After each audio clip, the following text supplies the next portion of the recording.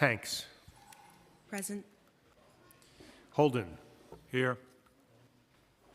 Hudson. Present. Joseph. Present. Krishnan. Here. Lee. Here. Lewis. Present. Marmorato. Present. Marte. Present. Mealy.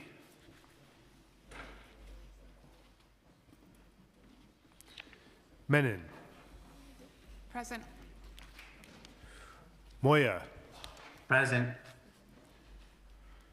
Narcisse. Present. Nurse. Present. Osei. Present. Palladino. Present. Powers.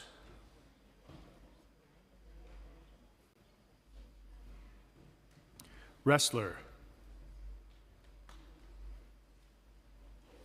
Here. Riley. Present. Rivera. Present. Salam. Present. Salamanca. Present. Sanchez. Present. Shulman. Here. Stevens. Here. Ung. Present. Vernikoff. Here. Williams. Present.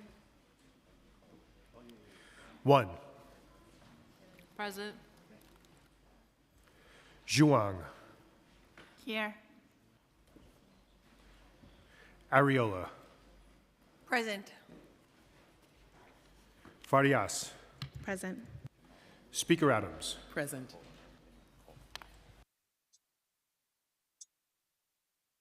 Thank you. We will now have today's invocation, which will be delivered by Father Daniel O. Kingsley of St. Clair Roman Catholic Church, which is located at 137-35 Brookville Boulevard in Queens.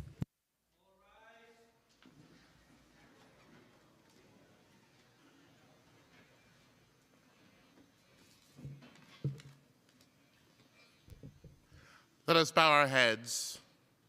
Almighty and ever-living God, Father of our Lord Jesus Christ, you have summoned men and women of diverse gifts, varied hues and tongues, but to conduct the people's business. They bring with them from every corner of our vast metropolis the hopes and dreams, the needs and concerns of every New Yorker. While the task before them is great, even greater is the heavenly grace you wish to bestow upon each and every member of this esteemed City Council. We recall how throughout the scriptures you blessed the leaders of your people. To David the king, you gave strength to oppose the giants of oppression. To Esther the queen, you gave courage to save the innocent.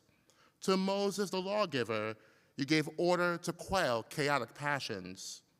To Peter the fisherman, the firmness of faith to bind and loosen. To Mary the Virgin, the boldness of spirit to sing your great praises. Each of these sainted figures knew that the mantle of leadership was never in service to themselves, but rather in service of truth and justice. We do well to imitate their outstanding example. Yet, we are painfully aware these days the strife that plagues our world, our nation, and yes, our city. Deliver us, O God, from all that wishes to tear us apart. Forge anew, O God, the bonds of charity that link us together. For this is the only way we build a New York where the hungry are fed, the poor find shelter, the weak are defended, and the voiceless are heard. And grant us, O God, for all our days, the enduring strength to conduct the people's business, as it is right and pleasing in your sight. For indeed, we are our brothers, our sisters' keeper. And to this high calling, O God, you have called this honorable council. We ask this through our Lord Jesus Christ, your Son, who lives and reigns with you in the unity of the Holy Spirit, God, forever and ever. Amen.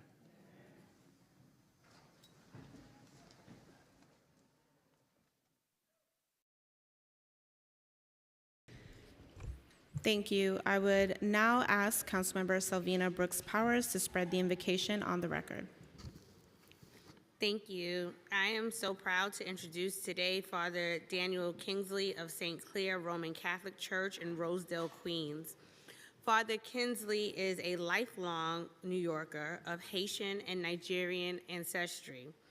He was ordained a Roman Catholic priest in June of 2015, and for 5 years he served as a parochial vicar in Bedford-Stuyvesant St. Martin de Porres Parish. Before his 2020 appointment as administrator of Rosedale's St. Clair Church.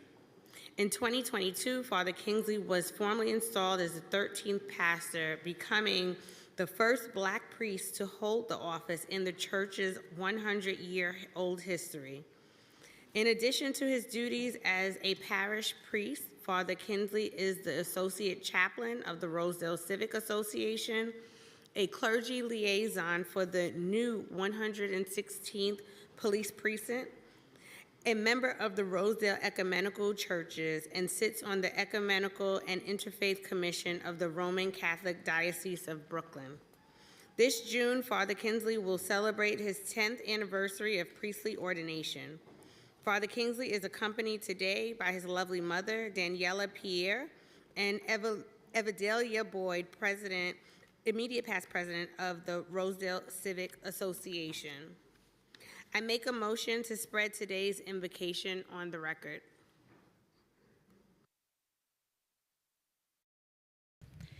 Thank you. We will now have the adoption of minutes by Councilmember Alexa Aviles.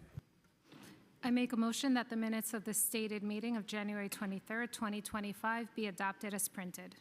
Messages and papers from the mayor. None. Communication from city, county, and borough offices. M103, DOE, capital plan. Finance. Ms 104 and 105, former Councilmember Borelli. Received, ordered, printed, and filed. M106, elections commissioner recommendation. Rules, privileges, and elections. Petitions and communications. Ms 107 and 108, minority conference. Received, ordered, printed, and filed. M109, Rule 2.75B report. Received, ordered, printed, and filed. Land use call-ups. M110. Thank you. We now ask that the clerk take a roll call vote on today's land use call-ups. Abreu. Aye. Thank you. Aviles. Aye. Ayala. Aye. Banks. Aye. Botcher. Aye. Brannon. Aye. Thank you. Brewer. Except I'm abstaining on LU 214 and Resolution 753. Councilmember Brewer, this is land use call-ups. Oh. Can't call ups, I'm sorry. Yes, sorry. Yes. Yes, yes. Thank you. Brooks Powers. I vote aye. Caban. Aye. Carr. Aye. De La Rosa. Aye. Dinowitz. Aye. Feliz. Aye. Gennaro. Madam Majority Leader, I request permission to vote on all items on the land use calendar and on all items on the general order calendar. Permission granted. I vote aye. Thank you, Councilmember Gennaro. Thank you. Gutierrez. Hanif. Aye. Hanks. Permission, Madam Majority Leader, to vote on all land use items and general order items. Permission granted. I vote aye on all. Thank you. Holden. Aye. Hudson. Aye. Joseph. Aye. Krishnan. Aye. Lee. Aye. Lewis. Aye. Thank you. Marmarato. Aye. Marte. Aye. Mealy. Menon.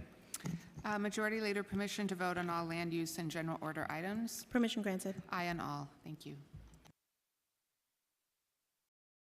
Thank you. Moya. I vote aye. Thank you. Narcisse. I vote aye. Nurse. I vote aye. Osei. I vote aye. Palladino. I vote aye. Powers. Aye. Wrestler.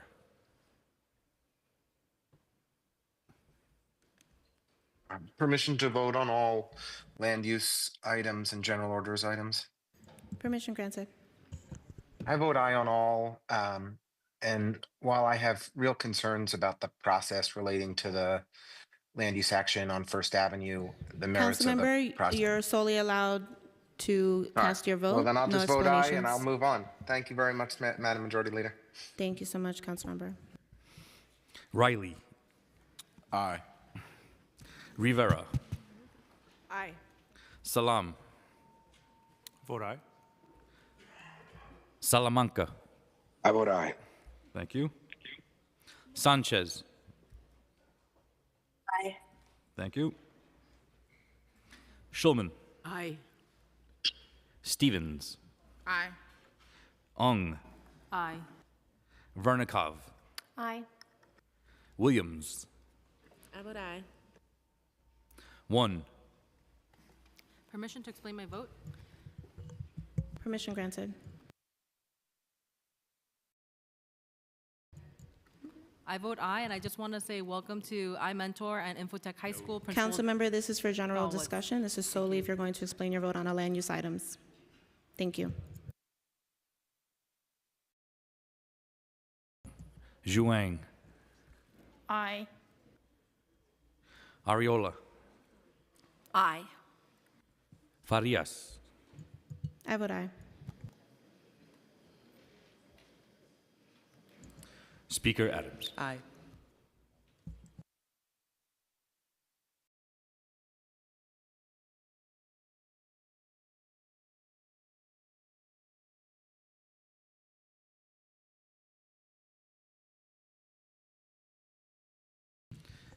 Councilmember Mealy, land use call-ups. I vote aye on all.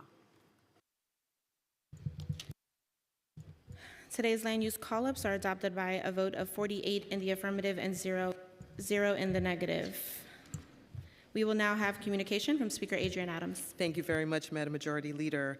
Before we begin, I want to note that there will be CART and American Sign Language services provided at today's stated meeting to ensure those who are hard of hearing are accommodated. Just 2 weeks into the second Trump presidency, we have already seen chaos created and unprecedented attacks being threatened upon our city and working families throughout the nation. The actions of the Trump administration have undermined the health and safety of Americans, violated the Constitution, and weakened national security. None of this does anything to help working families or make their lives more affordable. Each day, this new administration is actively upending the rule of law, just as it pardoned those who rioted and assaulted law enforcement officers at the Capitol on January 6th. This week, we saw the Justice Department issue an unprecedented letter that meddles in the federal criminal case against the mayor. This letter is a political weapon aimed at New York City and corruptly interferes in the legal process. It seems overtly intended to serve as a continued instrument of blackmail against our city's mayor to serve as an arm of the Trump administration. It blatantly states what it expects of the mayor and leaves the perpetual threat of his criminal case to force his compliance. This leaves the mayor of our city compromised, and we know the intentions of the Trump administration. This is bad for New York City and bad for New Yorkers. New York City needs strong leadership that is committed to upholding the values of our city and protecting its families and communities from the extremism of this presidential administration. This week alone, we've seen many attacks on our city and state from the Trump administration. Elon Musk, the wealthiest person in the world, who nobody voted for, by the way, but has been working to take away resources from everyday Americans that this individual can't even relate to, directed the administration to unjustly take federal funding that was already allocated away from our city. At the same time that the Justice Department is blackmailing our mayor, it is also threatening to attack our city by taking away funding for local law enforcement and crime victims. This situation is unsustainable, and the city's leaders, from Congress to state and city governments, must determine a viable path forward for our city that is committed to protecting New Yorkers. From child care and public schools to health care and public safety, there is so much at stake right now, with an unhinged presidential administration comfortable with creating chaos. For the people of our city, they count on their city, state, and federal governments, and it is more critical than ever for us to step up with strong local democracy in the face of increasing tyranny. This month, we lost 4 New Yorkers to fatal fires, including residents in the districts of Councilmember Rivera, Brannan, and Felice. Our hearts are with their neighbors and loved ones, and we wish a speedy recovery for those who were injured in those fires. I also want to take a moment to remember the lives of all those who were killed during the tragic air collision on January 29th in Washington, D.C. We mourn the death of 60 passengers and 4 crew members from American Airlines and 3 crew members in the Black Hawk helicopter, including several who grew up right here in our city. The pilot of the American Airlines flight, 34-year-old Jonathan Campos, grew up in Brooklyn. Denasia Brown Elder, one of the flight attendants, grew up in Coney Island. And 28-year-old Melissa Jane Nicondre was a city resident living in Brooklyn who was traveling on a work trip. Our thoughts are certainly with their family and loved ones. May they all rest in peace. Colleagues, it is Black History Month. This month and every month, it is important that we proudly lift up our full history for all to understand. We're in a period when too many are seeking to erase and disregard the history of so many in this country. We won't allow that to happen. We know Black history is American history, full of the brilliance of people whose contributions have shaped our city, country, and the world for the better. We will honor our ancestors whose shoulders we stand on and celebrate our rich legacy with great pride and joy. The Council is hosting its Black History Month celebration in Chambers on Monday, February 24th, and I invite everyone to join us. February is also American Heart Month, a time when we raise awareness about the impact of heart disease, which has been the leading cause of death in the United States since 1950. Today, we wear red ribbons in honor of National Heart Day, which is observed on the first Friday in February. It remains critical that we work together to promote greater heart health and work towards preventing cardiovascular diseases. We also recognized World Hijab Day on February 1st in honor of New Yorkers and millions of people around the world who wear the hijab with pride. February 7th was National Black HIV/AIDS Awareness Day. This reminds us of the persistent disparities that continue to impact Black communities and of the importance of HIV prevention, testing, and treatment. It will take all of us to confront the stigma and inequities in our communities. Yesterday was NAACP Day in celebration of the day that the NAACP was formed in 1909. I am proud to be a longstanding member of the NAACP because we would not be here today without the work and advocacy of the oldest civil rights organization in the country. Tomorrow is National Donor Day, a time to spread awareness and education about organ, eye, and tissue donations. These vital donations make it possible for others to have a second chance at life, and we thank all donors for their generosity. Saturday, February 15th is National Black Girl Magic Day. The council is proud to host a Black Girl Magic Day celebration tonight, right here in council chambers. I thank you to my colleagues who are co-sponsoring this fun celebration. February 17th will be Kosovo Independence Day. The council hosted a Kosovo Independence celebration last night, and I thank all of my colleagues who hosted this celebratory event.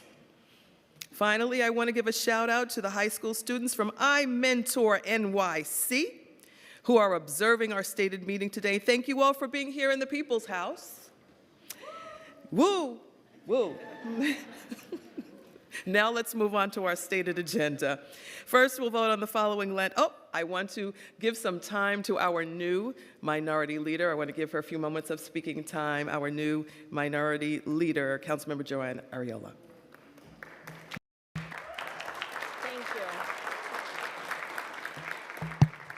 Thank you, Mayor.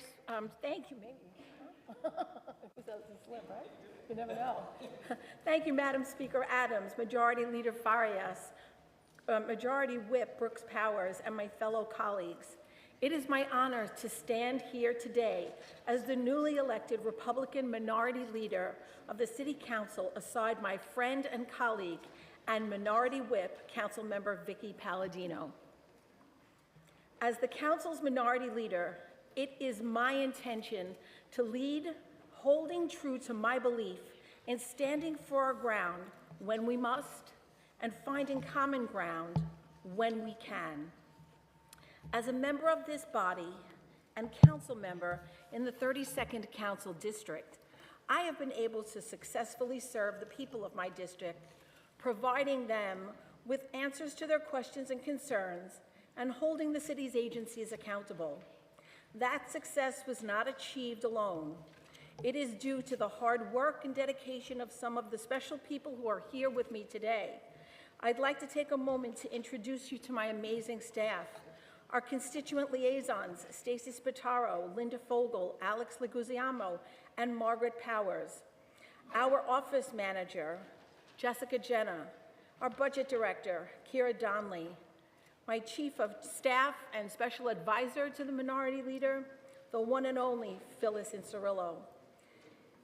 The executive director of the minority leader's office, Peter Spencer, and the deputy executive director of the minority leader's office, Michael Strasberg. Our amazing communications director, Ray Van, isn't here with us today because he's a new dad, and he's home with his wife and his beautiful baby boy. We miss him. As my office and I continue to serve the district, I will now also have a unique opportunity to share the concerns of all New Yorkers who share the same values and concerns about our city. It is so important to me that every voice of everyday New Yorker is heard. As the Republican leader of a group of 5, we may seem small, but our dedication to advocacy is unmatched. Together, we have been a voice of reason, common sense, and solutions here at City Hall and in our districts. Each of us has brought a unique style of accomplishments we have achieved in our districts and in this city. The newly appointed Minority Whip, Councilmember Vicky Palladino, has used her strong voice to hold agencies accountable and has been a champion of homeowners who have had their homes taken over by squatters. Our newest member, Councilwoman Christy Marmorato, dove right in to make much-needed changes to our district that now, for the first time in 50 years, has Republican representation. Councilwoman Ina Vernikoff has been at the forefront of the fight against the growing anti-Semitism in our city and in the world. And Councilmember David Carr has spearheaded efforts to reform our property tax system and pass legislation that provides a more forgiving interest rate for homeowners in arrears. My solution-oriented approach to this work has led to bipartisan passing of legislation, making the DOT more transparent to our communities and to the creation of the Mayor's Office of Marine Debris Removal and Vessel Surrendering to keep the water and shoreline surrounding our city cleaner than ever before. When parents were concerned about the safety of our schools, we got together and demanded the New York City Department of Education install doorbells and lock the front doors of our schools to keep our children safe from harm. We are now in the final stages of those installations. We've advocated for our city workers who were unjustly fired, for not just wanting to take a brand-new vaccine after they had served this city at the height of a pandemic with little to no PPE, and we fought to get 100 of those workers back to their positions. And I will not stop until each and every one has returned to their job. Many of them are here with us today, and I applaud them for their integrity and willingness to hold the line for thousands of others who have been wrongfully taken from serving our city. As I begin my tenure as Minority Leader, I look forward to engaging conversations with all of you here at the Council. I know that there is much we do not agree on, but I think there is so much more that we can agree on through meaningful dialogue. I have heard people say that as a Republican, it's hard to make headway or affect change, but I'm happy to report that's definitely not the case. Our delegation is affecting change that matters. We are righting the wrongs, fighting hard, and holding our ground, finding solutions, and navigating our way through one of the city's most trying periods, while looking ahead to a brighter future for the city we all love. I'd like to now thank my predecessor, former Minority Leader, Joseph Borelli, and I appreciate the letter he left me that was very, very touching and encouraging. And he said, "I know you're going to hit home runs." I'm blessed to have achieved much in both my private life and in my professional, and that is only by the grace and glory of the God who guides every step I take. I would like to close with a prayer for all of us. May God grant us the wisdom of Solomon, the courage to lead with integrity, and the strength to serve this city with compassion. Thank you and amen. Thank you for the time. Thank you. Thank you, Madam Majority Leader. Now let's move on to our stated agenda.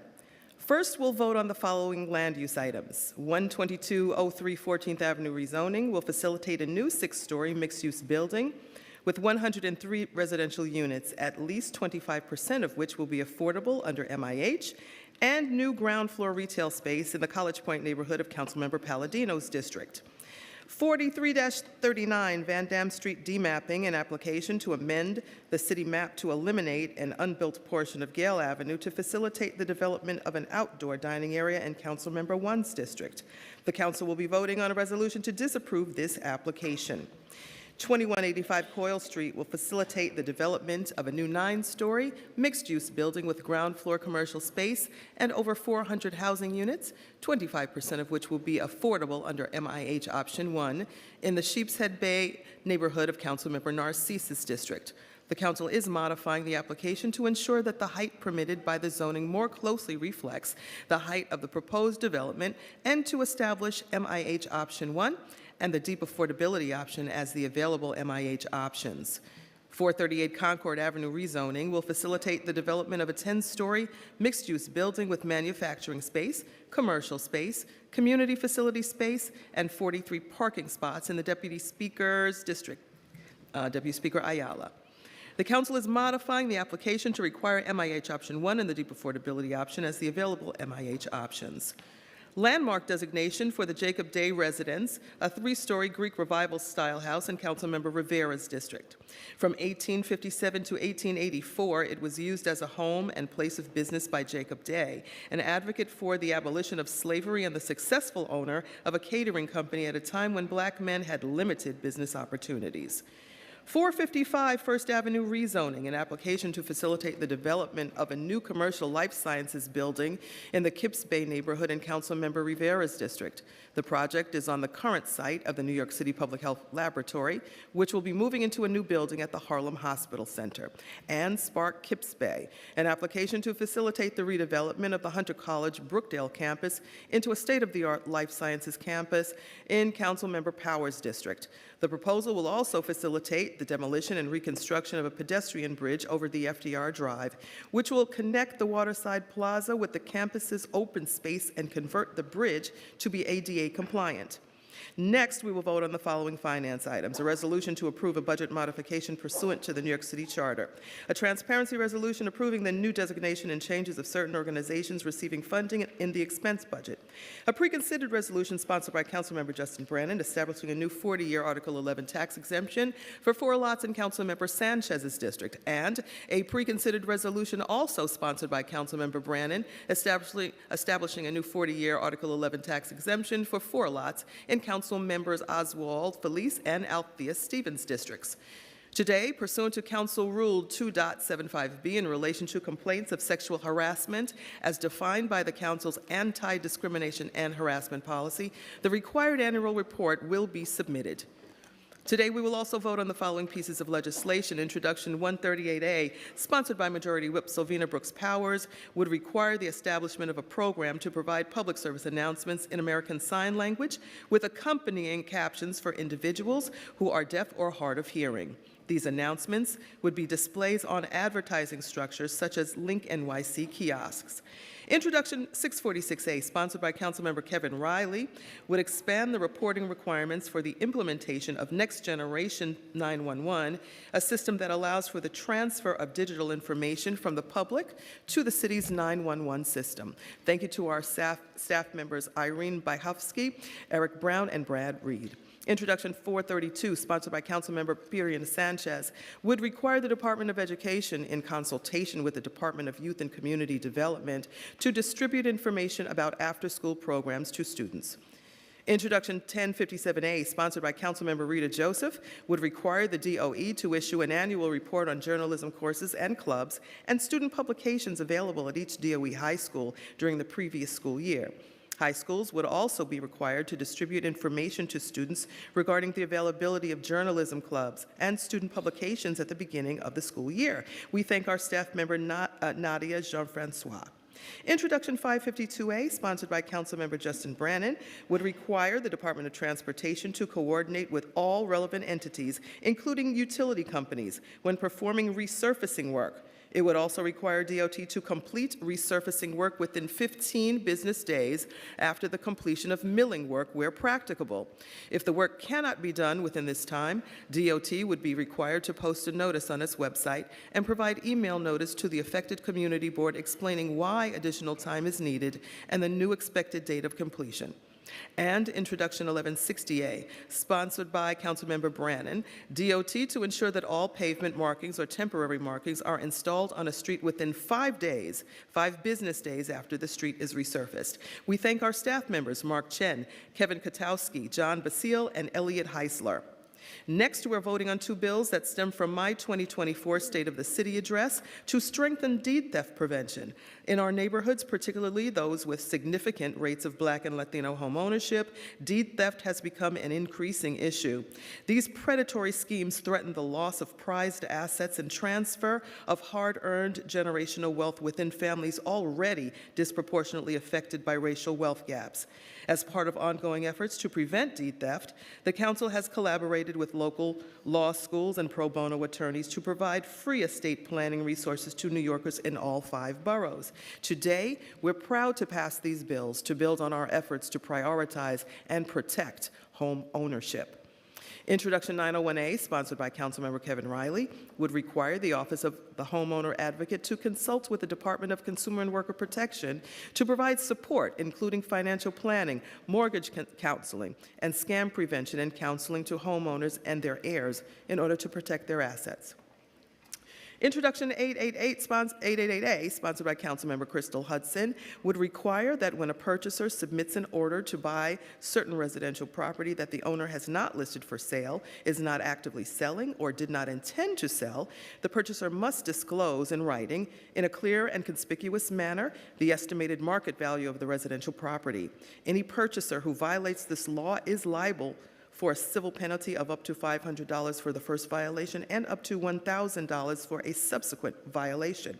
Thank you to our staff members, Rachel Cordero, Natalie Melso, and Sarah Swain. Finally, we'll vote on a pair of bills with the goal of improving the Department of Corrections' response to sexual violence in the city's jails so that staff and those who are detained are better protected. Over 700 women alleged sexual abuse at Rikers Island last March, and over 100 new lawsuits have been filed in recent weeks alleging such abuse in juvenile jails citywide. At the same time, correction officers and jail staff at Rikers have reported sexual violence and harassment, particularly towards women officers. But DOC does not publicly report on these incidents or investigations into them. These bills seek to improve DOC's response to these incidents that harm staff and those in custody. Introduction 792A, sponsored by Councilmember Carlina Rivera, would require the Department of Correction to use an electronic case management system to track investigations of sexual abuse so there is up-to-date and accurate information and more methodical tracking. And Introduction 735B, sponsored by Councilmember Althea Stevens, would require the Department of Correction to report annually on alleged incidents of sexual violence and harassment of DOC and Correctional Health Services staff by incarcerated individuals or other staff that occurred in the previous year. The DOC Commissioner would also be required to report annually on the DOC's investigations of these incidents. Additionally, the Commissioner would be required to ensure staff have access to mental health treatment resources and to publicize available resources. We thank our staff members, Natalie Melser, Jeremy Whiteman, and Josh Kingsley. Thank you very much for your attention. I now turn it back over to our Majority Leader. Thank you, Speaker Adams. We will now move into discussion of general orders, and I'd first like to recognize Council Member Sanchez, followed by Riley, then Rivera. Thank you, Majority Leader. Today, the Council is making strides to make sure nearly 1 million young people in our schools can access the opportunities that allow them to become the fullest versions of themselves. Intro 432 requires the Department of Education, in consultation with the Department of Youth and Community Development, to distribute information about after-school programs to families at every public K through 12, elementary, middle, and high school. This will be available via the main office, email, on the school's website, and any online portal for students and their families. Starting this fall, it will be easier than ever for students to access the resources that they need to thrive. So I hope my colleagues will join me in voting aye on this bill today. And I want to especially congratulate my team members who aged this bill on our team's behalf, my acting chief, Maria Villalobos, Ben Ratner, Gerard Fernandez, Carla Dominguez, and of course our committee counsel, Nadia Jean-Francois. Thank you so much.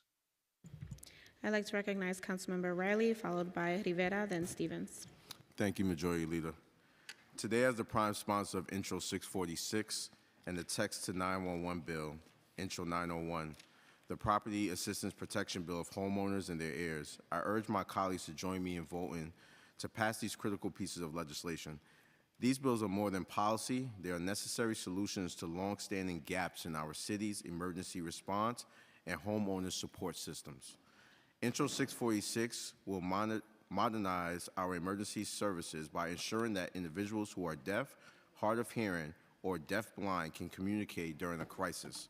By requiring outreach to hire experts in accessibilities and disability services, we are making it clear that New York City prioritizes the safety of all its residents.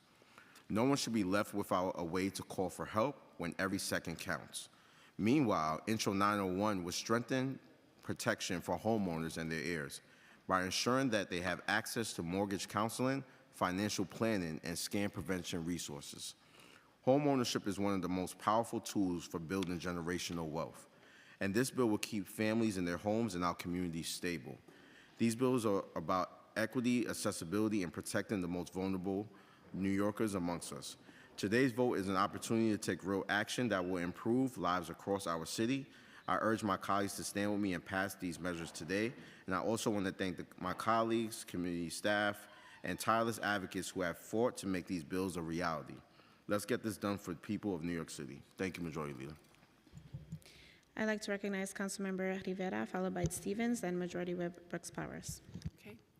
Thank you so much. Good afternoon. Today we're voting on Introduction 792, which will require the Department of Correction to implement an electronic case management system to track investigations of sexual abuse against both staff and incarcerated individuals, as well as 2 land use items in my district. Over my tenure here as former member and chair of the Criminal Justice Committee, and certainly at our hearing on Introduction 792 under the leadership of Chair Nurse, we have heard from survivors of sexual violence in New York City operated jails how clear the need is for greater oversight to ensure that investigations are actually completed within 90 days as mandated by local and federal policy. According to a report from Gothamist, more than 45% of the department's investigations into sexual violence drag on well past 90 days. The history of sexual abuse allegations at Rikers Island, combined with a lack of meaningful oversight, has allowed perpetrators to operate with impunity. And when sexual abuse allegations are delayed or ignored, it sends a message that such crimes are tolerated, perpetuating a cycle of violence. Survivors deserve to know that their cases are being taken seriously and handled in a timely manner. A modern electronic case management system would provide streamlined, secure way to track reports, ensure accountability, and prevent cases from languishing without resolution. I encourage my colleagues to vote aye. Additionally, we are voting on 455 First Avenue in the Kips Bay area. That's becoming a hub for the life sciences sector. Innovation East is a transformative project. It will deliver meaningful benefits to our community that includes improvements, infrastructure upgrades, street safety improvements, and better access to science, technology, engineering, arts, and mathematics opportunities. I want to thank EDC, the development team, my staff, and Community Board 6 for creating these state-of-the-art facilities that are going to provide educational and workforce development support for local residents and students. I'm also excited for the Jacob Day residents. It has a significant historical impact as a center for Black civic life, and I want to thank my colleagues for their support. Recognizing Councilmember Stevens, followed by Majority Whip Brooks Powers, and then Councilmember Hudson. Good afternoon, everyone, and happy Black History Month. Yes, it is Black History Month, and we do celebrate it in the council. I'm honored to be here today to take this important step towards with the patches of 735, which will require the Department of Corrections to report on incidents of sexual assault and harassment against correctional staff and ensure that they have access to critical mental health resources. This legislation is about accountability, protection, and compassion. Correctional staff put their life on the line every day, and they deserve to work in an environment that prioritizes their well-being. With this bill, we are making it clear that their experience matters, their safety matters, and their mental health matters. Too often we focus on accountability without ensuring that people have the tools and resources to heal. But healing is essential for progress, as individuals across the city need. If we truly want to build a more just and equitable society, we must invest in policies that protect people while also providing them with the care that they need to move forward. With the strong support of City Council, this legislation reflects our shared commitment to just dignity and humanity, and it sends a powerful message not just to correctional staff, but to workers across the city. No one should have to endure harassment or violence in the workplace. Everyone deserves to feel safe, valued, and respected. Thank you to our speaker and all of my colleagues, and I've asked all of you to vote aye on this legislation today, and thank you. And see you all at Black Girl Magic tonight. Recognizing Majority Whip Brooks Powers, followed by Council Members Hudson, Powers, and Joseph. Thank you. Today I'm proud that the council will vote on Intro 138, ensuring that our deaf and hard of hearing neighbors are fully included in the city's public communication and emergency services. I want to thank Speaker Adams for her leadership and Chair Gutierrez for her partnership in advancing this critical legislation. Accessibility is not optional, it is essential. Every New Yorker, regardless of ability, deserves equal access to important public information and emergency resources. While progress has been made, many in the deaf and hard-hearing community are still unaware of services like text to 911 and video relay services. This bill ensures that these resources are prominently promoted through public service announcements on Link NYC kiosks, featuring American Sign Language and captions to make information truly accessible. Beyond raising awareness, this effort reinforces a simple but powerful message. New York City is committed to inclusion. By ensuring that public messaging reaches all communities, we are building a safer, more connected, and more equitable city. I am deeply grateful to the advocates and stakeholders who have pushed for these necessary changes. Together, we are making meaningful progress towards a more inclusive future. I urge my colleagues to support Intro 138. Thank you. Recognizing Councilmember Hudson, followed by Powers and Joseph. Thank you, Majority Leader, and good afternoon. Today I would like to briefly discuss my bill, Intro 888, which the Council is voting on today. As our city's housing crisis deepens, longtime homeowners, particularly in rapidly gentrifying neighborhoods, are being targeted by predatory real estate practices. These schemes disproportionately impact Black and brown communities and older adults. Unsolicited housing offers, often dangling quick cash, exploit asset-rich and cash-poor people, especially older adults on fixed incomes. These homeowners are pressured into selling far below market value, ultimately losing their most valuable asset, their home. Intro 888 takes a critical step to protect homeowners from these bad actors. The bill would require purchasers making unsolicited offers on certain residential properties to disclose in writing the estimated market value of the home. This ensures homeowners have the necessary information to make informed decisions. Violators of this law would face civil penalties, and property owners would have the right to take legal action. This is a simple, common-sense measure to safeguard longtime homeowners from exploitation. I urge my colleagues to take this meaningful action to protect New Yorkers from fraudulent real estate schemes and help ensure they can remain in their homes and communities by voting aye on Intro 888. Thank you. Recognizing Councilmember Powers, followed by Joseph. Thank you. Thanks, everyone. And thank you, everyone. We'll be voting today on a big project coming to Kips Bay, the Science Park and Research Campus we call SPARK, a life sciences project in my district at Kips Bay. A project that presents a tremendous opportunity for both my district and the entire city to be on the cutting edge in the life science industry, and while further investing in our education institutions. The project is meant to replace a dilapidated Brookdale campus on 25th Street with new CUNY facilities, a new high school, public health infrastructure, and new space to continue growing development in life sciences.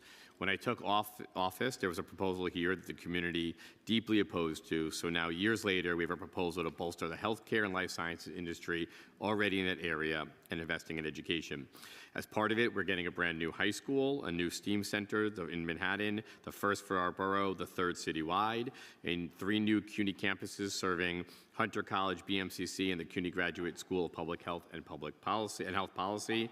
We're getting a net increase in available CUNY dorms in Midtown and on the Upper East Side, new nonprofit programming in the local schools, an expansion of 3 K seats in the zip code nearby, a new state-of-the-art facility for the Office of the Chief Medical Examiner, a new H&H Ambulatory Care and Wellness Center for Bellevue, a whole new acre of enhanced public realm space, and a new park across the street.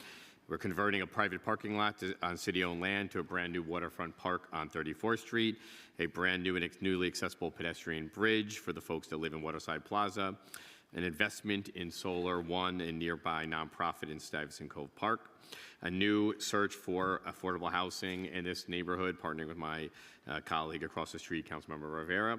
And last but not least, 15,000 new jobs, 12,000 construction jobs, and over 3,000 permanent jobs, but maybe importantly, educational opportunities to connect to those jobs.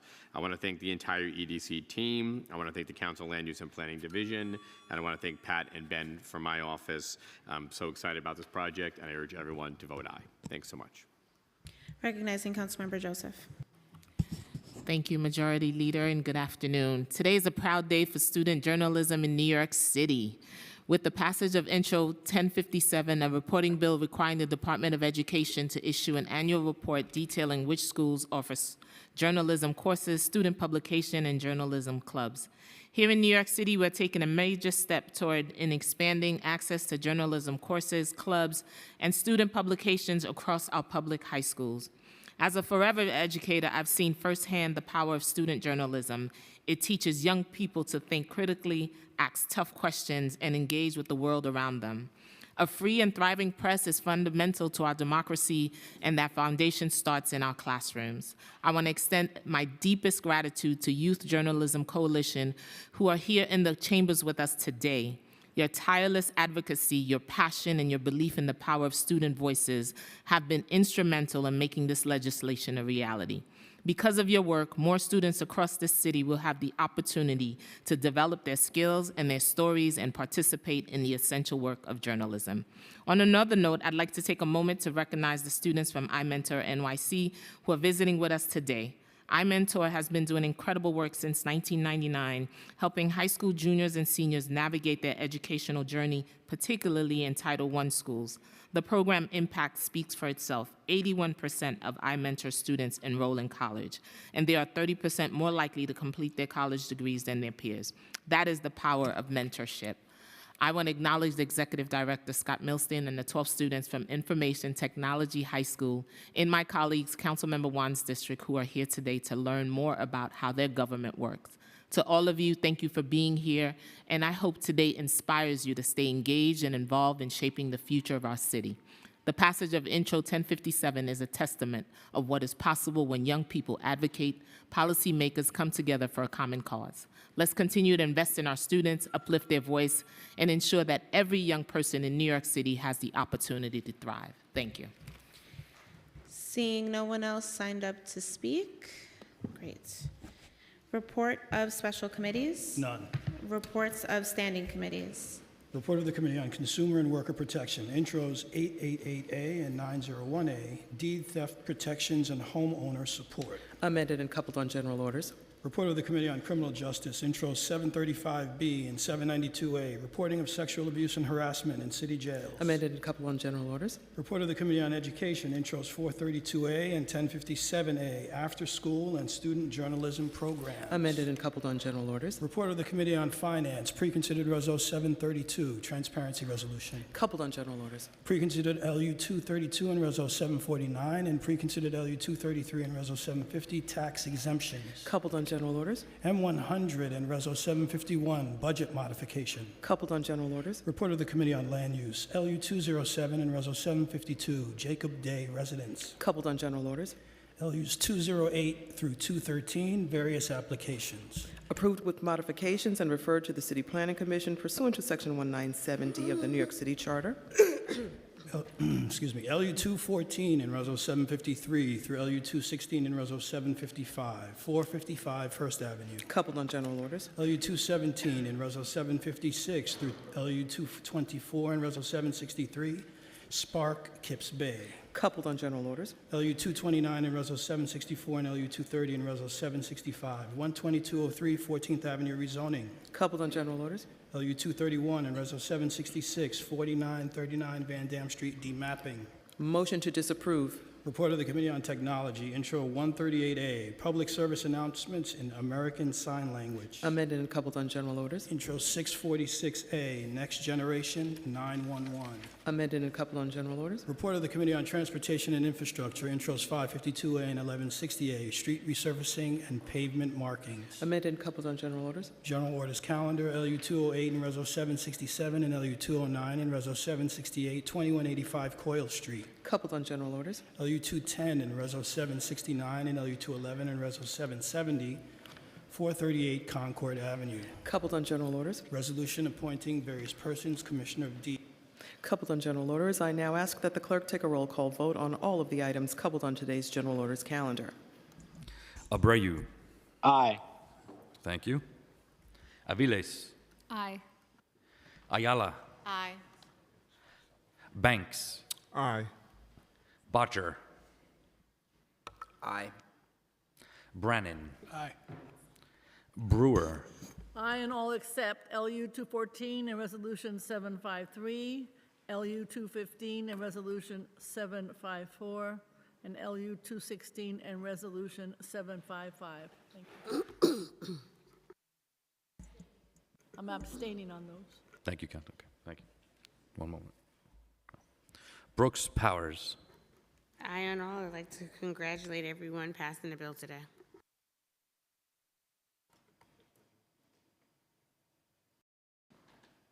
Sorry, thank you.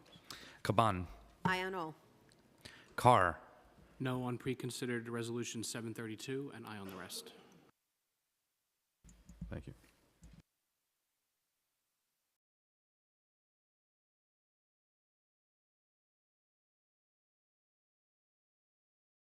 De La Rosa. Aye on all. Dinowitz. Aye on all. Feliz. Aye and all. Gutierrez. Hanif. Aye on all. Holden. Aye on all with the exception of Resolution 732, which I vote no. Thank you.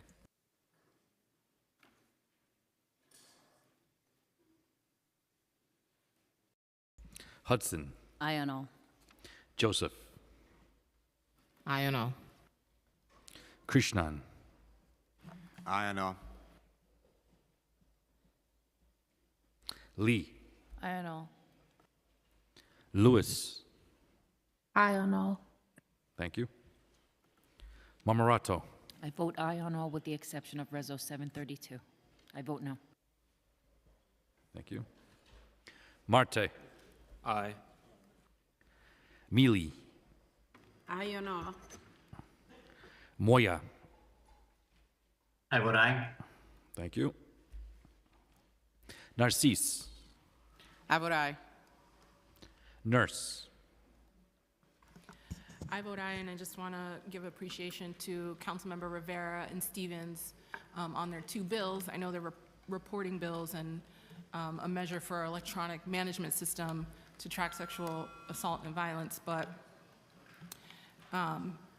you know, Councilmember Rivera has done a lot of work to advance that issue in the Criminal Justice Committee, and Councilmember Stevens has been a real great partner on holding the city accountable for the over 500 cases of sexual assault that have been filed by people who were violated while they were in our youth juvenile facilities, and also for the 700 people who were violated in our city jails with no formal apology from our city. So thank you for advancing these bills. I vote aye on all.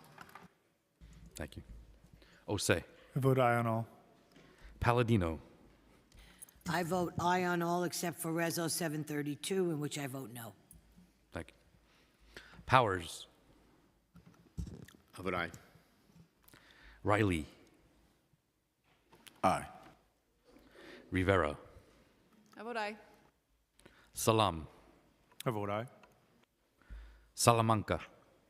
Aye on all. Thank you. Sanchez. Permission to explain my vote. Permission granted. Thank you, Majority Leader. Today's vote includes an approval of an Article 11 exemption that will help finance gut renovations in 5 sites in my district, preserving 173 units of affordable housing for decades to come, with more than 80% set aside for deeply affordable housing and housing for formerly homeless individuals. For some context, for many years, these buildings were part of the notorious cluster site approach to housing families experiencing homelessness. These sites were run by negligent landlords who exploited their tenants for maximum profit until they were purchased by the de Blasio administration in 2021. They were being run into the ground. This is the reason why the scope of work here is a total gut rehab. As the rehabilitation work progresses, my office will receive regular updates from the development team on rehab status, but I wanted to point out that this is an example of something that we want to do citywide. Citywide, it is essential that we devise a long-term solution for New York City's most distressed buildings, which my legislation, the Housing Rescue and Resident Protection Act, Intro 1063 does. 1063 is an overhaul of the program previously known as the third-party transfer program, and I encourage my colleagues to sign on in order to give New York City its most powerful tool to hold the worst landlords accountable. I want to thank Arvind from HPD for answering all our questions on this Article 11, Josh Stevenson from West Bronx Housing, and of course, Neighborhood Restore and MBD, Mid-Bronx Desperados, and my team members, Ben Ratner and Gerard Fernandez, for their work on this project. Thank you. Thank you, Councilman. Schulman. Aye. Stevens. Aye on all. Ung. Aye on all. Vernikov. Aye on all except no on Reso 732. Williams. I vote aye on all. 1. Aye on all. Zhuang. Aye on all. Ariola. No on preconsidered Reso 732, and aye on all the rest. Farias. I vote aye on all. Speaker Adams. I vote aye on all, with particular thanks to Council Members Rivera and Stevens on the 2 DOC bills. Long time coming. Congratulations.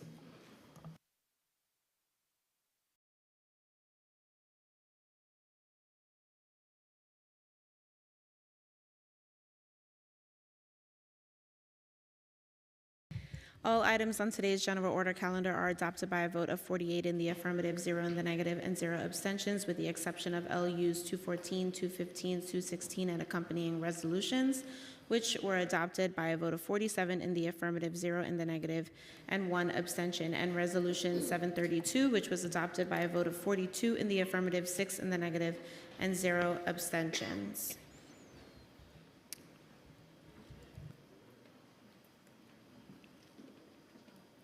Introduction and reading of bills. All bills have been referred to committee as indicated on today's agenda. Thank you. There are no resolutions on today's calendar, so we will now move into general discussion, and I'd like to first recognize Councilmember Shulman, followed by Banks, then Salam.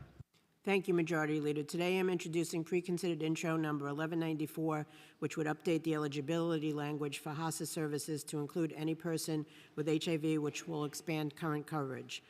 It is important to recognize the immense progress that has been made over the years in addressing the HIV/AIDS epidemic. It is equally essential to acknowledge that this progress is fragile and requires sustained commitment. The federal government plays a central role in funding HIV/AIDS services through programs like the Ryan White HIV/AIDS program, and it is unclear how reliable these funding sources will be in the future. HACA has been a lifeline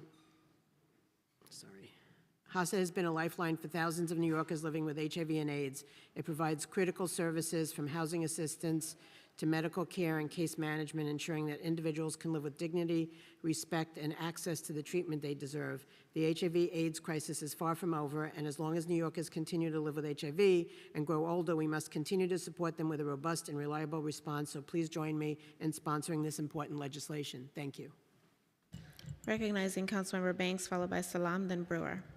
Thank you, Majority Leader. Today I'm proud to introduce two resolutions that aim to uplift and promote the voices and lived experience of public housing residents under RAD-PAC conversions.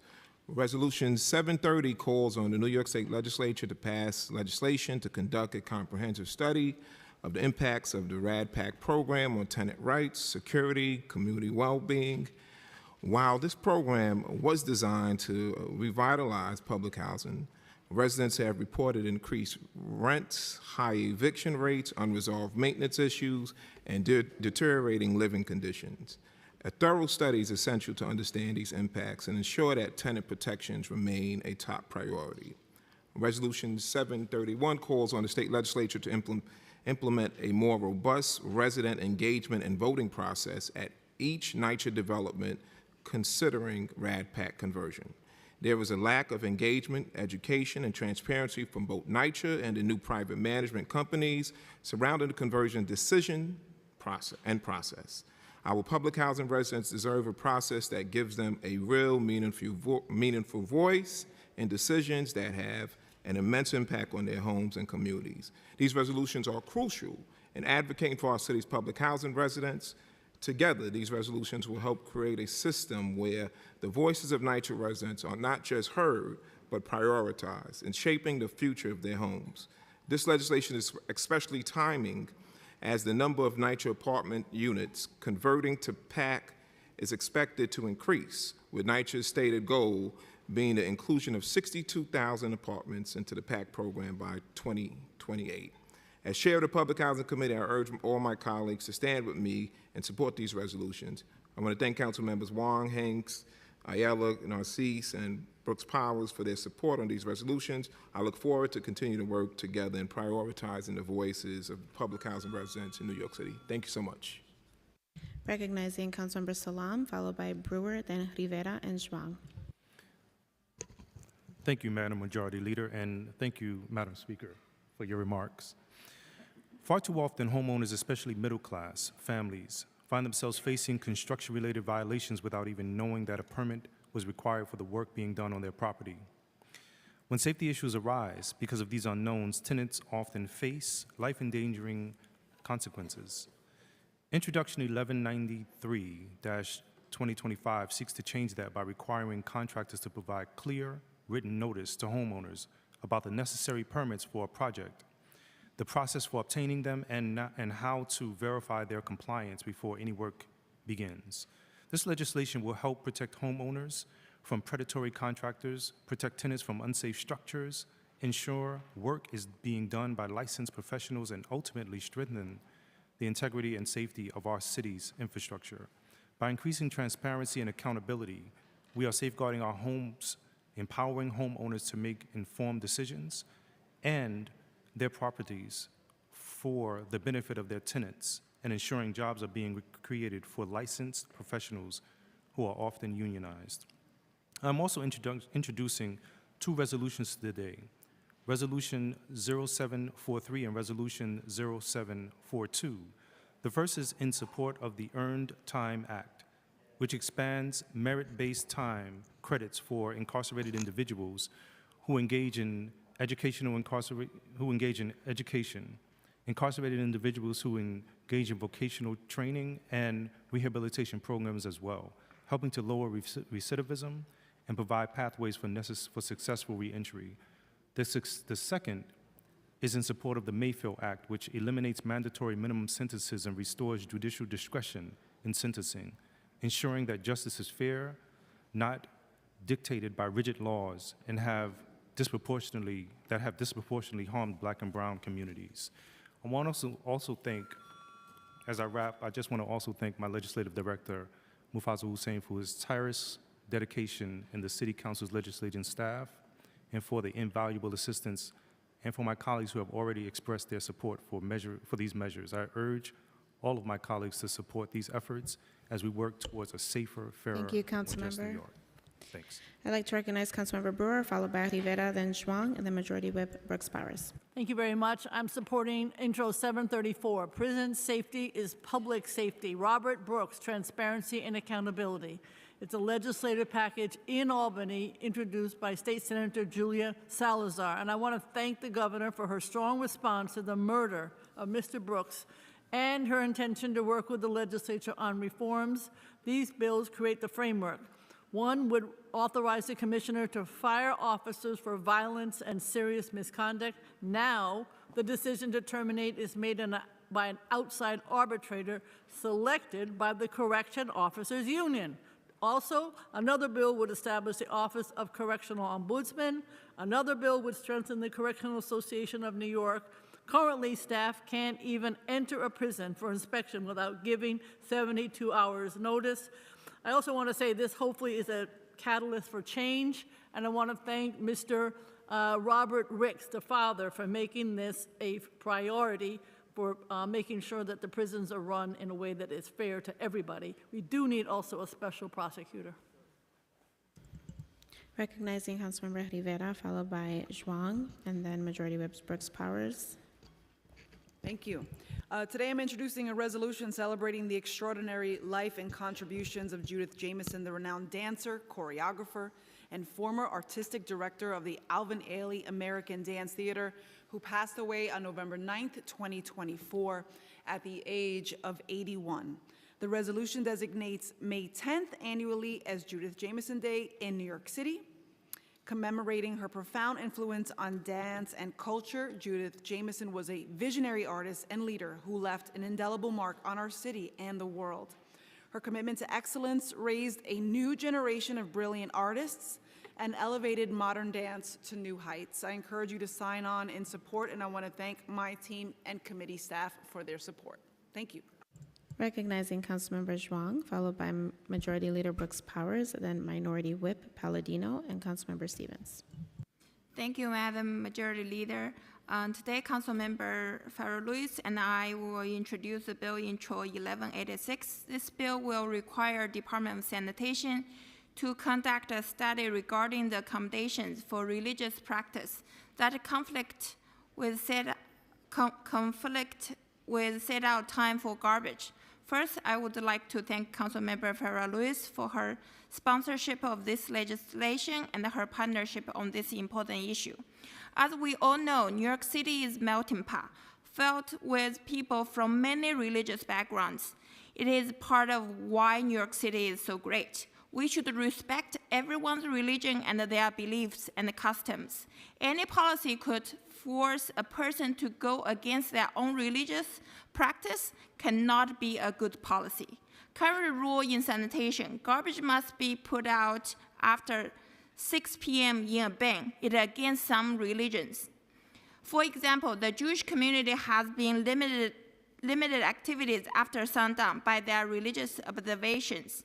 In my district, large numbers of Jewish neighbors got tickets from sanitation because of this reason. Forcing people to choose between their religious belief or paying hundreds of dollars in fine is unfair and put a financial burden for those hardworking families. This is why I'm sponsoring this bill to get sanitation to conduct a study and look into accommodations for different religious groups.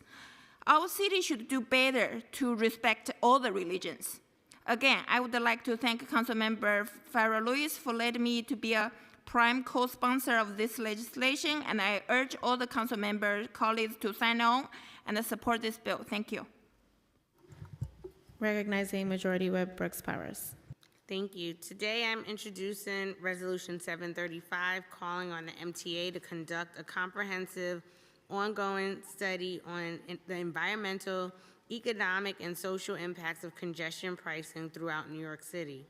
Congestion pricing is a major policy initiative that has already begun. Focus on how this policy impacts our entire city, particularly working class and outer borough communities. A robust longitudinal study would allow us to assess the long-term impact of congestion pricing, including traffic displacement, air quality improvements, and economic shifts across neighborhoods. Data-driven policymaking is essential to refining and improving this initiative over time. I urge the Council to support this resolution and call on the MTA to commit to transparency, accountability, and fairness as congestion pricing continues to move forward. Thank you. Recognizing Minority Whip Palladino. Good afternoon, everybody.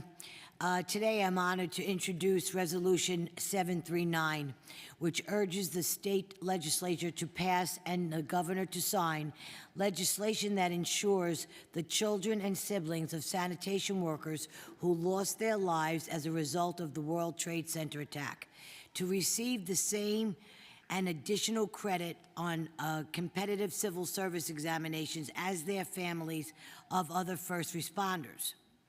This is a bipartisan effort with strong support from State Assemblyman Sam Berger, as well as my colleagues here in Council.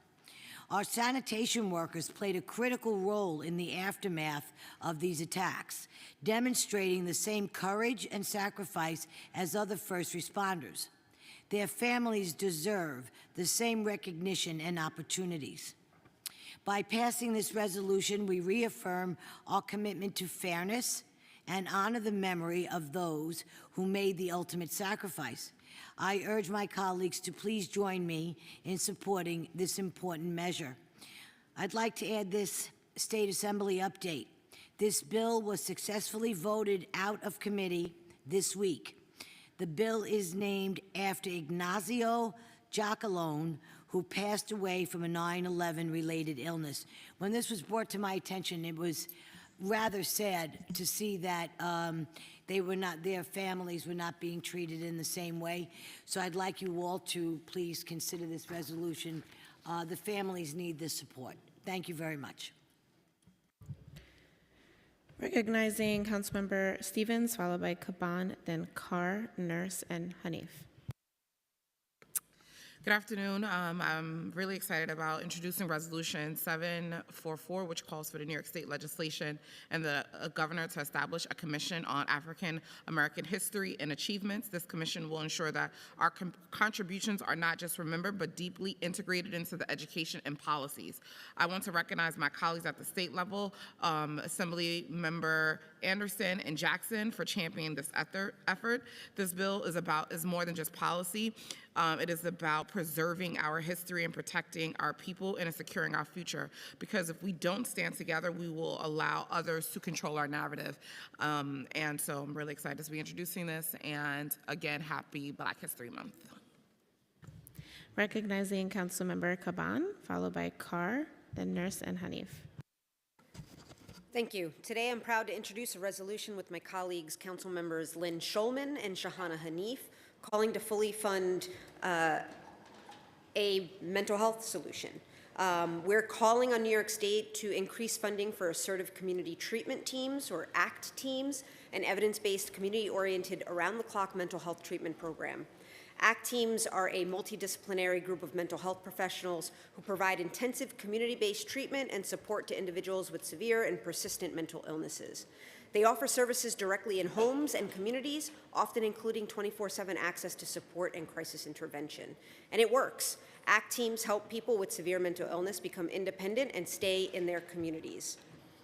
But ACT teams are currently under-resourced and understaffed. This data-driven solution should be funded and scaled to tackle the magnitude of our mental health crisis. So thank you to both of my co-sponsors, and I ask my colleagues in the council to sign on to this resolution for the health and safety of New Yorkers. Thank you. Recognizing Councilmember Carr, followed by Nurse and Hanif. Thank you, Majority Leader. I just want to say a couple of words about our now former colleague, Joe Borelli, who left over the last couple of weeks from this body. I met Joe in 2011 when we were staffers to different elected officials, and the following year he asked me to be the campaign manager of his first bid for office. And Joe set early the tone for the kind of public figure he would be. While we were out campaigning at a grocery store in the South Shore, a voter refused an outstretched palm card from him, and as he was walking away said in typical Staten Island style, "I don't like politicians." And without skipping a beat, Joe responded, "I don't like you." And here I was, first day on the job, thinking this guy already got me in the middle of a fight. And the voter turned and stretched out his hand and said, "You're real, you got my vote." And Joe, in a moment, turned on its head everything I thought I knew about voter contact and voter engagement. And that's what he continued to do for the rest of his career. He was always true to who he was. He always spoke eloquently with a wit that was both equal parts zinging and endearing. He fought with colleagues across the aisle, he worked with colleagues across the aisle, and he achieved so much in championing his native South Shore and the borough that we both call home. And he found a way to give voice on a scale unprecedented from those before him to the concerns and principles of Republicans across the city and even, I would say, the region. And he became a leader in every sense of the word. And I'll certainly miss having him here in the halls of government, but I'm privileged to have him as a friend in life. And I wish him, his wife Rachel, and his two sons nothing but the best as he embarks on his next chapter. Thank you. Recognizing Councilmember Nurse. Thank you, Majority Leader.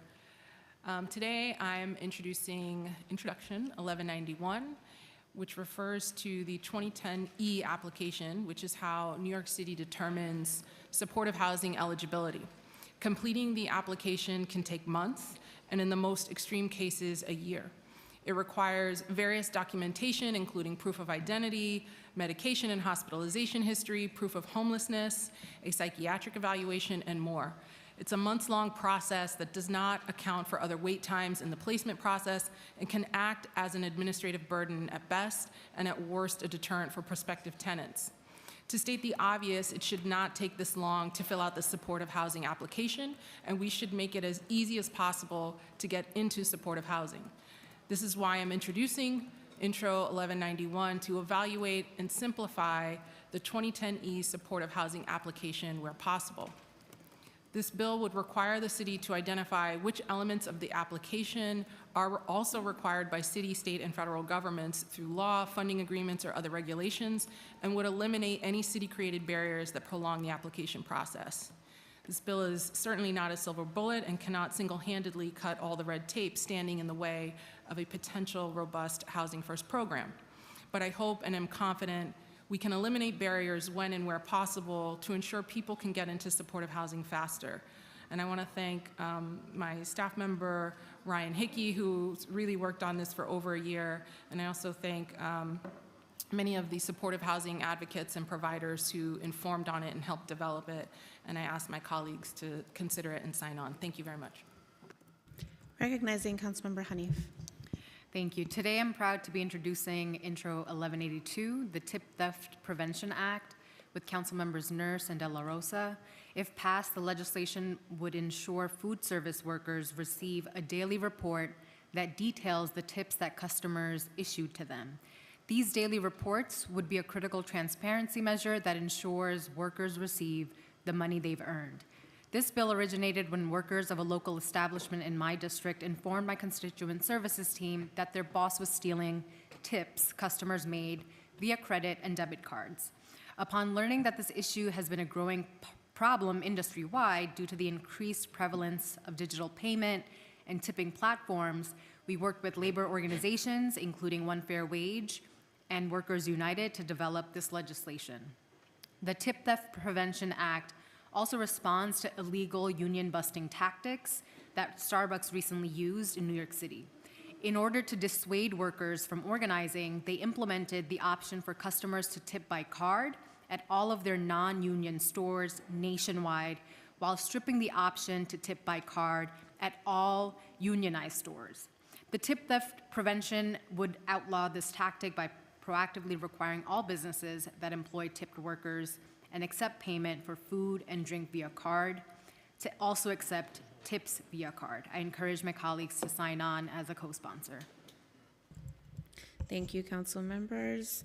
Seeing no one else signed up to speak, recognizing Councilmember Narcisse. I just have one sentence. Thank you, Majority Leader and Speaker. Intro 1190, we're all always wondering about security, cybersecurity, so look it up and please sign on. Thank you. Thank you. Seeing no one else signed up to speak, I'll now call on Speaker Adrian Adams to close today's stated meeting. My pleasure. The stated meeting of February 13, 2025 is hereby adjourned. Thank you, colleagues.